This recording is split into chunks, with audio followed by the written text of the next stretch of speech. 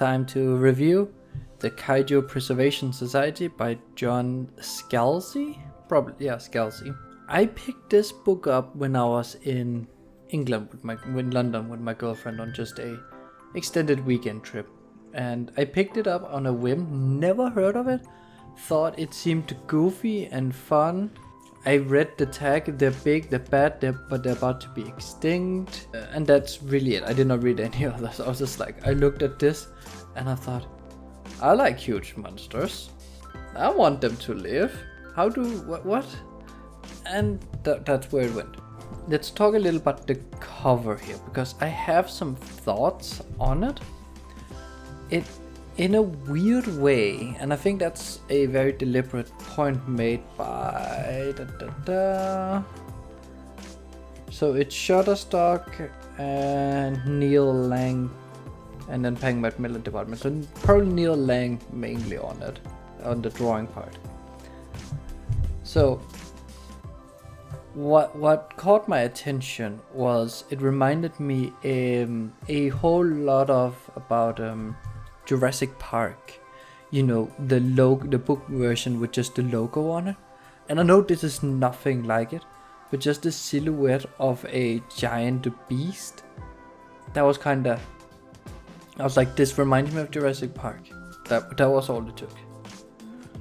And then of course there's the Godzilla reference. I mean Kaiju. So, but it was very much the Jurassic Park that made me interested. I think the cover in itself is really nice. I think it very well highlights the environment that this creature is in. I don't believe it highlights how huge it is. I actually think it makes the creature look smaller than it's described in the book. But I think that's fine. But let's talk about the story. Let me say it right away. If you expect some highbrow literature, I think you would, you know, not enjoy this book. Somewhere around here. It's in the end of, you know, his like author's note.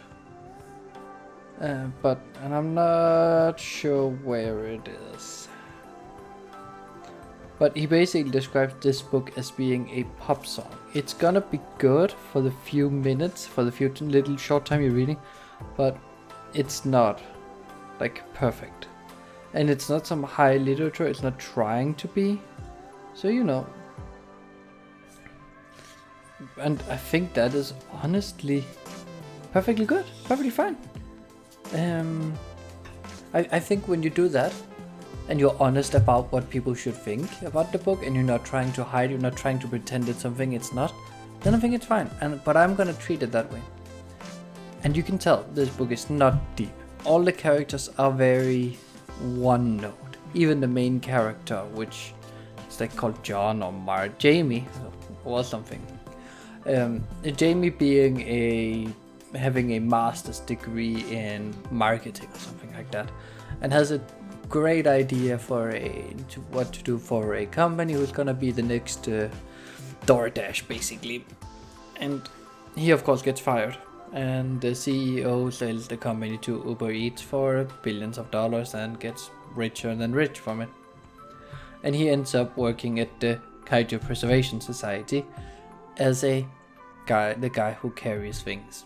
And that's gonna be a running joke, that he is just gonna reference himself as the guy who carries things, because that is what he's doing. He is just like the muscle man, even though he's not very strong, but he is just all around, you know, he's just a worker.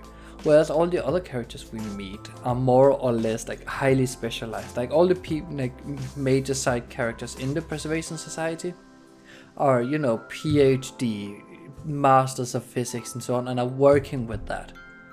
Whereas Jamie is just carries things. And it is a bit of a running joke.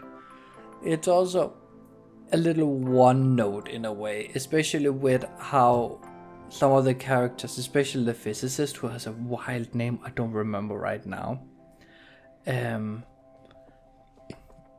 like how she is like, oh, this is bad science, I can't handle it. And that's just, it does get a little tedious when reading this.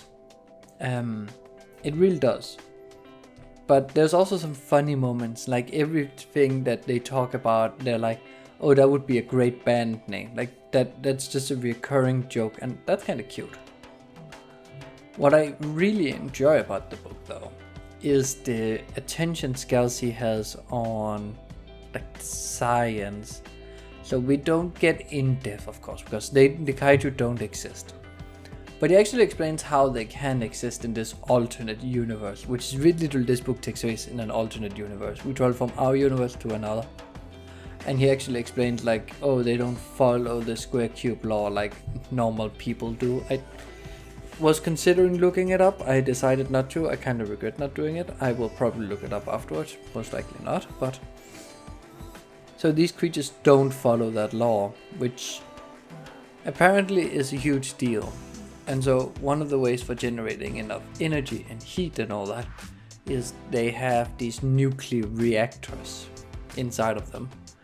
And that's apparently something that potentially we could harness. And that's a bit weird, but it's okay. But what I like about it is that Scalzi doesn't try and wave it off as in, oh, you know, alternate Earth, anything can happen. No, he actually tries to explain, oh, we have all these parasites that are helping the creature live. And then you're like, wait a minute, the definition of a parasite is someone making it worse. And he goes and he explains, yes, that's also what we thought in the beginning they were doing. Then we learned they're making things better. There's a logical step to everything. Even if the book is not very deep or very one-note characters and it's just a pop song, it's still like kind of thought out. He's not just going, trust me, or, you know, anything like that. He's literally, here's a description, here's what's going on, here's the reason. And yes, the bad guy is, of course, the big corporate owner. And of course, it's the guy who sold the original company to Uber Eats. Of course, that's a recurring thing. I would have preferred, but that was because I would have loved this to be a series, if the bad guy would just like, the kaiju got hurt. Or, you know, got misplaced to a different biome than where it's supposed to be. So now the entire thing is there to get it back before it dies. And that's gonna be like the entire story, and then we're gonna have many more wacky adventures working with these kaiju, learning of the different types. But no, it's the corporate. Big corporate guy is evil, who would have thought? And I mean, it works, it always works. Whenever you read stuff like that, you know right away, yeah, he's the corporate guy, he works in the defense industry, Nepo child basically. Yeah, it's what you expect, but you always hope for more. And that was because when I was reading this, I did not know that I had like how to treat it. I treated it as a goofy book as it clearly is, but still relatively serious. I don't think I should take anything really serious about it, but I still think it's fun. I still think it's a good book. It's worth a read in many ways. It's really, really funny at times. But yeah, it is just a cozy 2-day read, depending on how fast and how much you read. It doesn't take much, it doesn't take a lot of time. It's a good turn your brain off book. Is it a must read? No. Is it a fun read? Yes. That's about it. It's not even a guilty pleasure, it's just a pleasurable little read. A little one-off book between all your heavy. We just finished the what's it called, Lightbringer series, and that was like, you know, 500,000 words and giant fantasy, epic story, multiple characters, multiple POVs, in-depth character development, lots of philosophy. And then we get the Kaiju Preservation Society, where the jokes are, I carry things and that would make a terrible band name, or vice versa. And the bad guy is just a nibble.